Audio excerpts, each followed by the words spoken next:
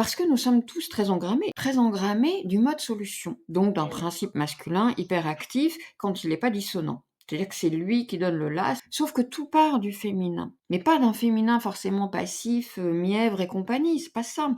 Avant de s'activer dans tous les sens, de chercher une solution, surtout dans des situations ou de souffrance physique, ou en effet de peur, etc., ou de changement de transition comme ce que vous pouvez connaître, avant de commencer à cavaler dans tous les sens, c'est véritablement de faire le travail en soi pour pacifier les espaces blessés. Parce que sinon, toutes les réponses extérieures que nous allons apporter vont émaner d'un espace blessé. Ça ne veut pas dire que la nature de la réponse va changer, ça veut dire que l'énergie associée va changer. Donc quand il y a un truc qui va pas dans notre vie, avant de se dire bordel de merde, qu'est-ce que je peux faire, vite, une solution, est-ce que je cours à la pharmacie, à l'hôpital, chez le notaire, chez l'avocat ou je sais pas quoi, c'est d'abord faire le retour en soi. Et dans ce retour en soi, il y a un autre écueil, c'est que même si on pose l'intention à partir du soi supérieur, on le fait encore avec une intention de vouloir, qui est masquée en réalité. On est dans ah oui, je me saisis de la spiritualité d'un outil pratique, mais avec une énergie de comme on prendrait une aspirine, quoi, pour que ça dégage, ça se calme et qu'on passe à autre chose parce que ça va pas du tout. Donc on change juste le cadre, mais en fait on est toujours avec la même façon de faire.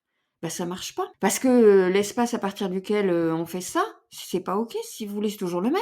C'est toujours le masculin qui cavale. Sauf que, voilà, il a un peu changé de visage, mais les ressorts, ce sont toujours ceux-là, si vous voulez. Cette idée est du voyons voir. Cette forme d'ouverture qui consiste à dire, bah, voyons voir, une forme de curiosité. Voyons voir ce que je pourrais découvrir, que, à un autre niveau, évidemment, ça m'est déjà connu. Au niveau du soi supérieur, c'est déjà connu. Simplement, le personnage, les engrammages de l'âme polarisée font barrage à ce que ça me soit révélé à mon niveau d'être incarné. Et donc, je persiste à toujours être dans les mêmes boucles et les mêmes ressorts. J'ai l'impression de changer de recette, mais j'y mets toujours les mêmes ingrédients. Le vouloir.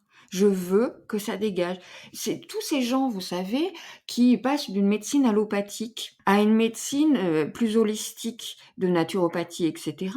Bah, si vous regardez bien, ils ont toujours la même intention. C'est plus naturel, oui, en surface, mais en arrière-plan, leur intention est toujours basée pour faut que ça dégage. Je veux plus de cette douleur. J'en veux plus. Donc, ok, je change la forme du remède. Il m'apparaît moins violent, peut-être moins destructeur ici ou là.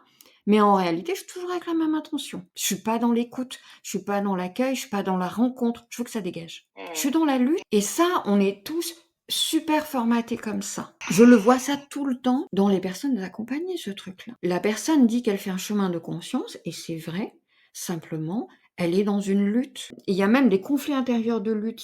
Il y a une lutte pour que ça dégage, même si ça dit pas son nom comme ça, mais il y a une lutte pour que ça se calme, ça s'apaise, mais en fait ça dégage. Il y a une lutte aussi pour se forcer à accepter.